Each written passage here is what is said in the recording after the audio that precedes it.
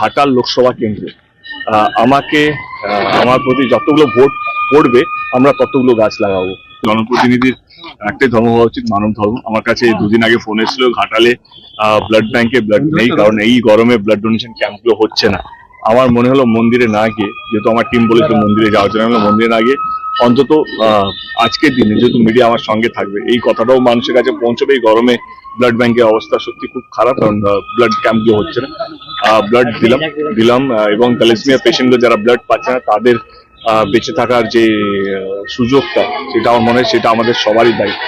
সেটা মানে জ্ঞানী মানুষ, ওকে আর কোনো বার্তা না, কারণ আমার মনে হয় ও সব জানতা প্রার্থী। তো ওকে শুভেচ্ছা, ভালোবাসার প্রয়োজন।